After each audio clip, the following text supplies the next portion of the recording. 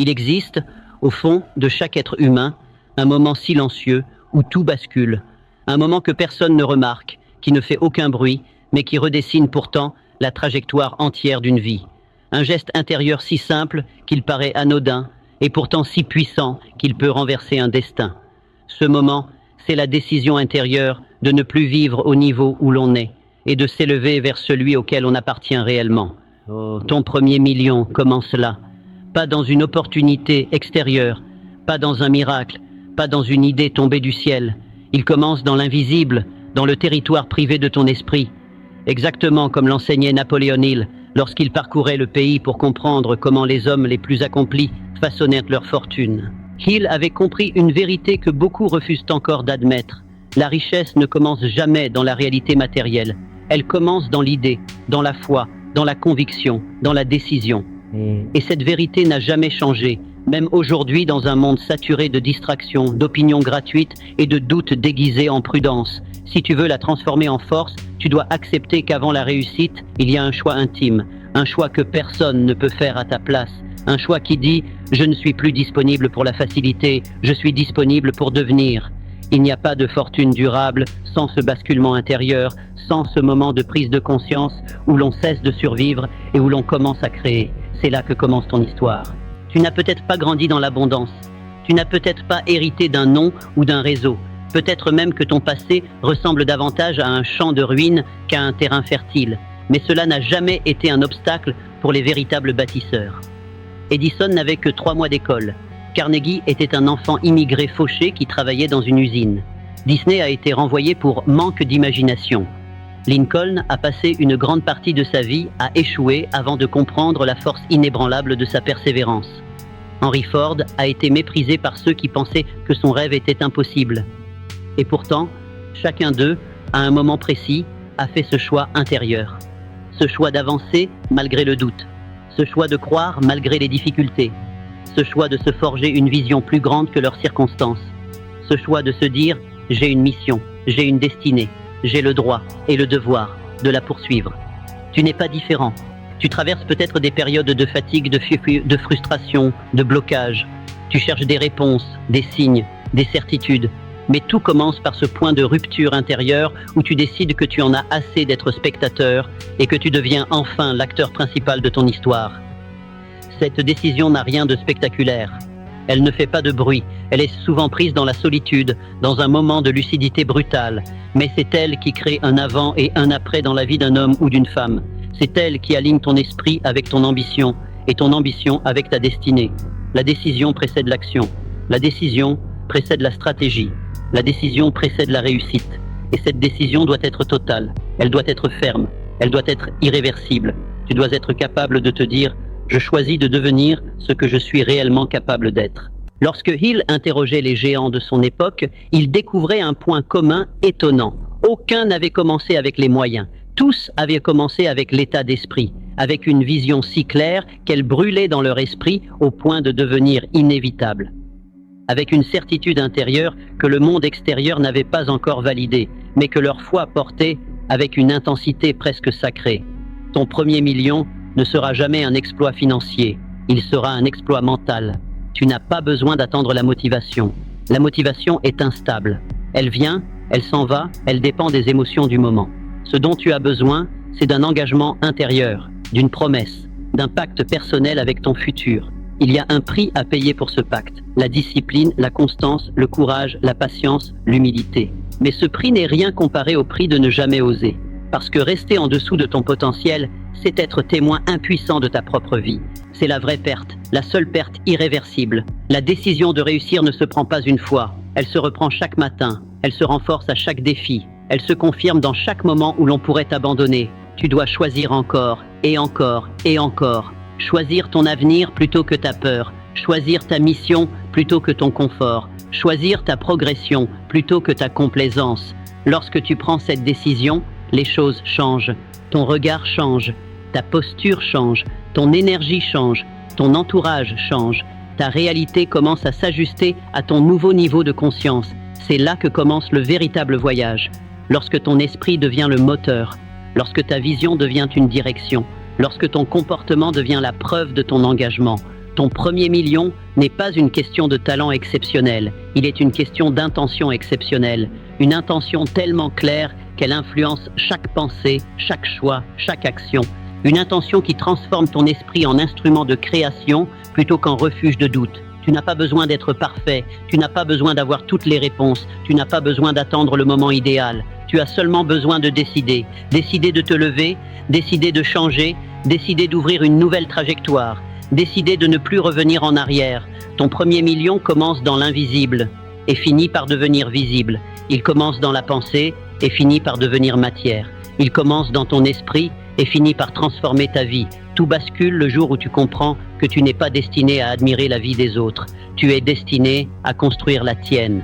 Lorsque tu acceptes que tu es destiné à construire ta propre vie, quelque chose d'encore plus profond s'éveille en toi. L'état d'esprit qui précède toute forme de réussite durable. Cet état d'esprit n'est pas une simple attitude, ni une humeur passagère, ni une belle idée que l'on répète pour mieux se convaincre. C'est un terrain intérieur, une architecture mentale, une fondation que tu dois bâtir pierre après pierre, comme ces pionniers qui, avant de construire des empires, ont dû construire une vision, une confiance et une foi inébranlables dans leur propre potentiel. L'état d'esprit de la réussite ne prend pas forme dans le confort. Il naît du doute, de la difficulté, de la nécessité. Il se forge dans les moments où la plupart renoncent, où les obstacles semblent trop lourds, où l'avenir paraît trop flou. C'est précisément dans ces instants que l'esprit se révèle, exactement comme l'acier se révèle dans le feu. Tu n'avanceras jamais loin tant que tu éviteras les défis. Tu n'élèveras jamais ta vie tant que tu t'accrocheras à la facilité. Tu ne découvriras jamais qui tu es tant que tu ne te verras pas dans le miroir de l'effort. Hill l'avait compris lorsqu'il étudiait les vies de ceux que l'histoire a retenus. Il avait observé que chaque homme capable de transformer une idée en victoire possédaient une caractéristique commune. Ils avaient décidé de ne pas laisser leurs circonstances dicter la manière dont ils pensaient. Leur esprit était un royaume qu'ils gouvernaient avec une vigilance absolue. Car ce que tu nourris dans ton esprit finit toujours par se matérialiser dans ta vie. Tu peux nourrir l'autosabotage et tu récolteras la stagnation. Tu peux nourrir le doute et tu récolteras l'hésitation. Tu peux nourrir la peur et tu récolteras une existence rétrécie. Mais tu peux aussi nourrir la croyance, la détermination, la vision, et alors tu récolteras un destin à la hauteur de ces graines. La croyance que tu portes en toi, ce n'est pas une illusion, c'est une force directive. Les hommes et les femmes qui ont marqué le monde n'étaient pas ceux qui possédaient les meilleures conditions. Ils étaient ceux qui possédaient la croyance la plus solide. Lorsque Edison s'entêtait à chercher une solution pendant que d'autres se moquèrent de lui, ce n'était pas de l'optimisme naïf. C'était une certitude intérieure que son esprit finirait par trouver la réponse. Lorsque Ford répétait que son moteur fonctionnerait alors que ses ingénieurs lui affirmèrent que c'était impossible, ce n'était pas de l'ignorance, c'était de la foi appliquée. Lorsque Carnegie avançait dans la société américaine sans ressources, il ne s'appuyait pas sur ce qu'il avait, mais sur ce qu'il croyait pouvoir devenir. Tu dois comprendre cela. La croyance est un levier. La croyance est ce qui transforme un homme ordinaire en force créatrice. La croyance est ce qui t'autorise à voir plus loin que les circonstances actuelles. La croyance est ce qui fait naître une vision. Une vision n'est pas un fantasme. Une vision est une image mentale si claire, si cohérente et si vibrante que ton esprit commence à la considérer comme une réalité. Elle devient un plan, elle devient une direction, elle devient une raison de te lever, de travailler, de t'élever. Ceux qui vivent sans vision deviennent le produit de leurs impulsions, de leurs habitudes, de leurs peurs. Ceux qui vivent avec une vision deviennent les architectes de leur avenir. Lorsque cette vision prend forme en toi, tu commences à faire ce que la plupart n'osent pas faire. Tu te donnes un but, pas un souhait, pas un vague désir, pas un « j'aimerais bien » prononcé le soir par manque de conviction. Un but clair, définissable, mesurable, auquel tu t'engages entièrement. Il disait que le but défini est la racine de toute réussite durable. Sans but, tu dérives. Avec un but, tu avances. Sans but, tu doutes. Avec un but, tu agis. Sans but, tu te disperses. Avec un but, tu focalises ton énergie comme un faisceau qui perce l'obscurité. Un but véritable transforme ton existence en mission. Il change ta façon de penser, ta façon de parler, ta façon de marcher. Il te donne une direction intérieure si forte que même les tempêtes ne t'ébranlent plus de la même manière. Les difficultés ne deviennent plus des preuves que tu vas dans la mauvaise direction. Elles deviennent des exercices d'endurance qui te préparent à recevoir ce que tu as demandé. Car dès que tu te fixes un but, le monde réel te teste. Il teste la cohérence de ton engagement. Il teste la sincérité de ta demande. Il teste la solidité de ta vision. C'est pour cela que si tu veux atteindre ton premier million, ta vision ne doit pas être un refuge émotionnel. Elle doit être une promesse que tu te fais. Une promesse assez forte pour orienter tes choix même lorsque tu ne vois pas encore les fruits. Une promesse assez grande pour surpasser les excuses. Une promesse assez profonde pour survivre aux périodes de doute. Mais la vision, aussi puissante soit-elle, ne sert à rien si elle n'est pas traduite en discipline. La discipline est ce qui sépare le rêveur du bâtisseur. C'est là que beaucoup s'arrêtent. Ils possèdent l'envie, la passion, l'enthousiasme, mais ils manquent de constance. Ils veulent la transformation, mais ils refusent de répéter les actions qui conduisent à la transformation. La discipline n'est pas une punition. La discipline est une preuve. La preuve que tu prends ton avenir au sérieux. La preuve que tu honores ta vision. La preuve que tu refuses d'être un simple spectateur. Chaque morceau de discipline appliqué quotidiennement accumule un pouvoir gigantesque. 1 heure de travail intentionnel, une lecture, une stratégie, une compétence, une décision, une priorité, une répétition. Ces petits efforts deviennent au fil du temps une force qui peut faire basculer une vie entière. Il insistait sur ce point. Aucune richesse ne résiste à l'indiscipline. Aucune discipline ne reste stérile lorsqu'elle est nourrie d'une vision claire. Lorsque tu te disciplines à devenir meilleur, ton esprit change. Tu développes un autre rapport au temps, au travail, à la responsabilité. Tu cesses de considérer l'effort comme un poids. Tu le vois comme une porte vers la version de toi-même qui possède ce que tu veux.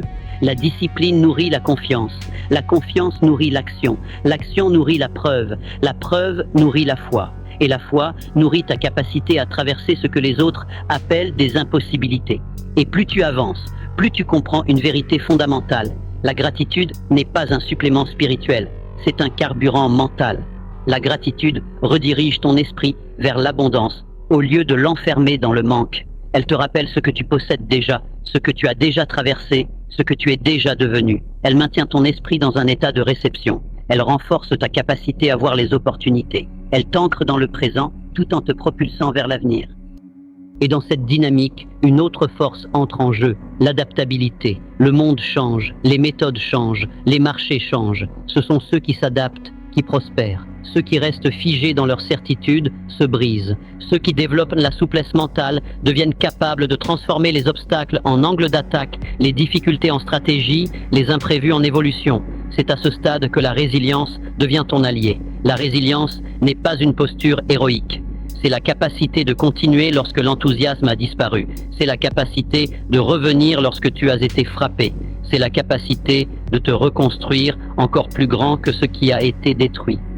Cette résilience te rend dangereux pour tes limites, implacable pour tes excuses, imbattable pour tes anciens schémas. Et plus tu deviens résilient, plus tu deviens capable d'apprendre en permanence. L'apprentissage n'est pas un acte scolaire, c'est un acte de survie, c'est un acte de puissance. Les grands bâtisseurs ne cessent jamais d'apprendre, car apprendre, c'est s'améliorer. Et s'améliorer, c'est se rapprocher. C'est ainsi que se forge la mentalité du million.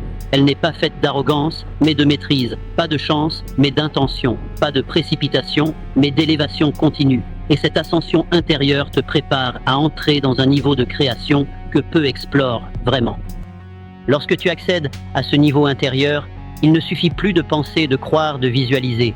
Le moment vient où tu dois transformer la vision en mouvement et le mouvement en momentum. C'est là que l'action entre en scène. Pas l'action impulsive, pas l'agitation vide, pas la frénésie désordonnée. L'action consciente, l'action dirigée, l'action intentionnelle, celle qui transforme une idée en construction réelle. Car dans ce monde, il y a ceux qui parlent de ce qu'ils vont faire, et ceux qui le font. Ceux qui rêvent de devenir, et ceux qui prennent le marteau et commencent à bâtir.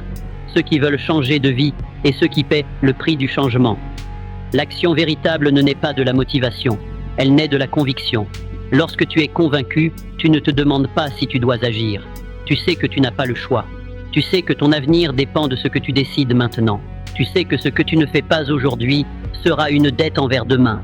Il répétait que la plupart des gens échouent non pas parce qu'ils manquent de talent, mais parce qu'ils ne passent jamais de la pensée à l'exécution. Ils s'arrêtent au premier obstacle. Ils renoncent dès que les résultats se font attendre. Ils reprennent leurs anciennes habitudes dès que la nouveauté perd son éclat. Mais toi, Si tu veux atteindre la hauteur que tu vises, tu dois agir même lorsque l'enthousiasme a disparu. Tu dois continuer même lorsque personne ne te regarde. Tu dois avancer même lorsque la route est floue. L'action a ceci de particulier, elle ne ment pas. Elle révèle ton sérieux, elle révèle ta préparation, elle révèle ta loyauté envers ta vision. Tu peux dire que tu veux réussir, mais tes actions dévoilent ce que tu veux réellement.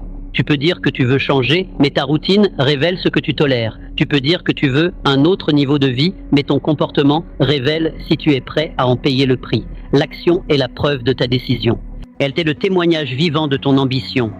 Et chaque action intentionnelle crée un mouvement subtil mais puissant, la transformation. La transformation n'est jamais soudaine, elle n'est pas spectaculaire, elle ne ressemble pas à une scène de film où la musique s'élève et où tout change instantanément. La transformation est un processus silencieux mais implacable.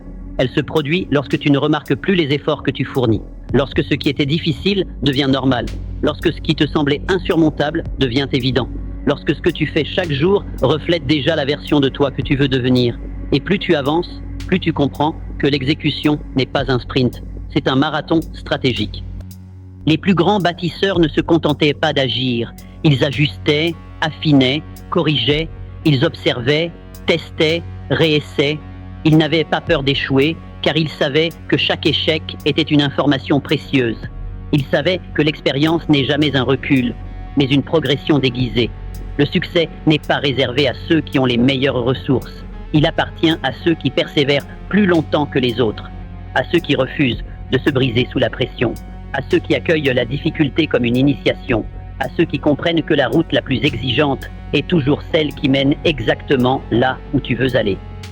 Pour cela, tu dois apprendre à t'élever intérieurement, au-dessus de la fatigue, au-dessus du doute, au-dessus de l'incertitude. Tu dois devenir le maître de ton propre mouvement, non pas en t'imposant un rythme brutal, mais en cultivant une constance qui finit par te rendre redoutable. Une constance qui te différencie naturellement de ceux qui abandonnent dès que le chemin perd son confort. L'exécution est l'expression la plus élevée de ton sérieux. Elle est la confirmation de ta vision. Elle est la manifestation concrète de ton état d'esprit. Et elle est indispensable pour franchir un niveau que très peu atteignent, l'élévation. L'élévation n'est pas simplement le fait d'obtenir plus d'argent, plus de succès ou plus de reconnaissance. L'élévation est un état intérieur où tu deviens plus conscient, plus clair, plus précis. C'est l'état où tu commences à penser différemment, à ressentir différemment, à agir différemment. C'est l'état où tes anciennes limites n'ont plus de prise sur toi, où les opinions extérieures perdent leur pouvoir, où ton passé cesse d'être un poids pour devenir un repère. Tu ne t'élèves pas en fuyant ton ancienne vie, tu t'élèves en la transcendant. Tu ne t'élèves pas en ignorant tes faiblesses, tu t'élèves en les domptant. Tu ne t'élèves pas en cherchant la validation, tu t'élèves en suivant ta mission. Cette élévation intérieure te permet de voir ce que les autres ne voient pas, de comprendre ce que les autres ignorent, de ressentir des opportunités que les autres n'osent pas toucher. C'est ce niveau de conscience qui attire les bonnes circonstances, les bons partenaires, les bonnes décisions, car ton succès extérieur est toujours le reflet de ton succès intérieur. Ce que tu construis dans ton esprit finit toujours par se matérialiser dans ta vie.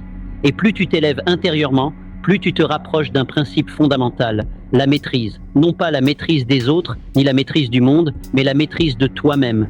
La maîtrise commence lorsque tu cesses de chercher la facilité. Elle commence lorsque tu t'imposes une rigueur qui dépasse la moyenne. Elle commence lorsque tu tiens tes engagements, même lorsque personne ne te surveille. Elle commence lorsque tu es capable de te diriger sans être poussé. Cette maîtrise intérieure te rend capable de créer, de diriger, de choisir, de trancher, de persévérer, de recommencer, de corriger, d'avancer. Elle devient la fondation de tout ce que tu vas accomplir.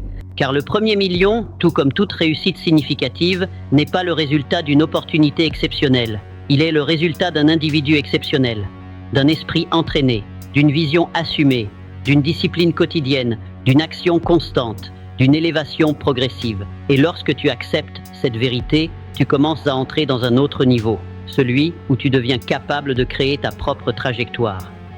Lorsque tu comprends que tu peux créer ta propre trajectoire, quelque chose de profond s'installe en toi, un sentiment de responsabilité totale.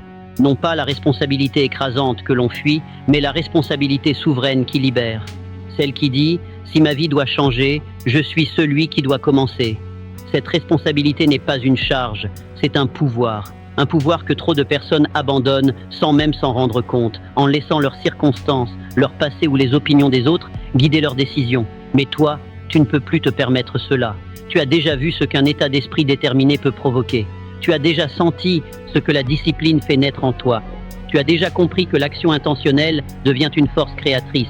Maintenant, tu dois aller plus loin. Tu dois devenir l'auteur de ton propre chemin. Et cela demande une lucidité que peu osent affronter. Créer sa trajectoire signifie accepter que les excuses n'ont plus leur place. Le monde extérieur n'est ni ton ennemi, ni ton sauveur. Il n'est qu'un terrain neutre sur lequel tu avances avec tes armes intérieures. Tu dois donc te demander, quel est l'homme ou la femme que je suis en train de devenir? Quelles décisions ai-je repoussées par peur? Quelles actions ai-je remises à demain? De quoi ai-je besoin de me libérer pour atteindre le niveau supérieur? Ces questions appellent une honnêteté radicale, une transparence totale avec toi-même. Tu ne peux plus te cacher derrière les illusions confortables. Tu dois regarder ton potentiel en face. Et regarder ton potentiel en face, c'est souvent voir à quel point tu t'es sous-estimé pendant trop longtemps. Les individus qui se transforment réellement ne sont pas ceux qui savent tout. Ce sont ceux qui s'écoutent vraiment, ceux qui reconnaissent qu'ils n'ont plus le droit de vivre en dessous de leurs capacités. Ceux qui refusent de se trahir eux-mêmes. Ta trajectoire dépend de cette honnêteté, mais elle dépend aussi d'une autre force trop souvent négligée, l'environnement que tu tolères. Car on ne s'élève pas dans un terrain qui nous tire vers le bas. Les pionniers de l'histoire ne se sont pas entourés de sceptiques qui leur disaient de rêver plus petit. Ils n'ont pas construit leur vision dans des atmosphères saturées de cynisme ou de jalousie. Ils ont protégé leur esprit comme on protège un trésor. Ils ont sélectionné soigneusement leurs influences. Ils ont compris que l'environnement n'est pas un décor, c'est un facteur déterminant. Si tu veux créer ta trajectoire, tu dois être prêt à t'éloigner de ce qui t'éloigne de toi-même, à fermer la porte à ce qui diminue ton ambition, à refuser la compagnie de ceux qui ne comprennent pas ta mission, à choisir la solitude productive plutôt que la compagnie médiocre. Car parfois, avant de monter, il faut s'alléger. Avant de s'élever, il faut se détacher. Avant d'avancer, il faut dire non. Ce non n'est pas un rejet des autres. Ce n'est pas un acte d'orgueil. C'est un acte de loyauté envers ton avenir. Et cette loyauté envers ton avenir devient la base de ta transformation la plus profonde. L'unification entre ton identité actuelle et celle que tu es en train de devenir. Car il existe un fossé entre qui tu es aujourd'hui et qui tu dois être pour atteindre ton premier million, ton accomplissement, ta vocation. Ce fossé ne se comble pas avec le temps. Il se comble avec la transformation de ton identité. Tu dois commencer à penser comme celui que tu veux devenir. Tu dois agir comme celui que tu veux devenir. Tu dois décider comme celui que tu veux devenir. Tu dois parler, marcher, travailler comme celui que tu veux devenir. Pas demain, pas lorsque les conditions seront parfaites. Maintenant. C'est cette cohérence entre l'homme que tu veux être et l'homme que tu es aujourd'hui qui accélère ta trajectoire.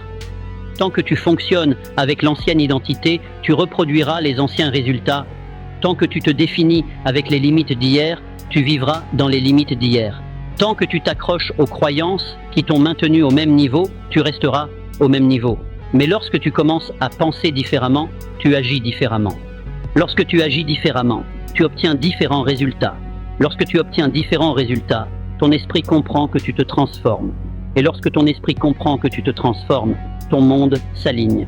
Ton identité est la racine. Ton comportement est la tige. Tes résultats sont les fruits. Et ces fruits ne peuvent apparaître que lorsque tu assumes pleinement ta croissance intérieure. Cependant, il reste un élément essentiel sans lequel aucune trajectoire ne peut durer, la maîtrise émotionnelle. Car sur le chemin de la réussite, tout n'est pas logique, tout n'est pas structuré, tout n'est pas clair. Tu vas rencontrer des imprévus, des contradictions, des tensions, des périodes d'incertitude. Tu vas traverser des moments où ton esprit te dira d'abandonner, où ta peur voudra reprendre le contrôle. C'est précisément dans ces moments que la maîtrise émotionnelle devient ton bouclier, non pas pour supprimer tes émotions, mais pour les comprendre, les canaliser, les transcender. Les bâtisseurs qui ont transformé leurs idées en réalité n'étaient pas dépourvus de peur. Ils n'étaient pas imperméables aux doutes. Ils n'étaient pas immunisés contre la fatigue ou l'épuisement. Mais ils possédaient une capacité rare, celle de ne jamais laisser leurs émotions prendre le pouvoir au moment où leur vision avait besoin d'eux. La maîtrise émotionnelle te donne la stabilité. La stabilité te donne la clarté. La clarté te donne la qualité de décision. Et la qualité de décision te donne l'avantage que la majorité n'aura jamais, la précision. C'est grâce à cette précision que tu avances lorsque d'autres hésitent, que tu continues lorsque d'autres reculent, que tu accélères lorsque d'autres se paralysent. La maîtrise émotionnelle n'est pas un luxe, c'est une nécessité, car celui qui ne maîtrise pas son intérieur sera toujours victime de son extérieur. Et lorsque tu combines cette maîtrise avec l'ambition, la discipline, l'action, l'élévation et la vision, alors tu deviens quelque chose de extrêmement rare, un individu aligné. Aligné entre le mental, l'émotionnel, le comportemental et le spirituel. Aligné entre le présent et l'avenir. Aligné entre ce que tu veux et ce que tu fais. Aligné entre ton ambition et ton identité. Et cette rareté est précisément ce qui ouvre les portes que les autres ne voient même pas.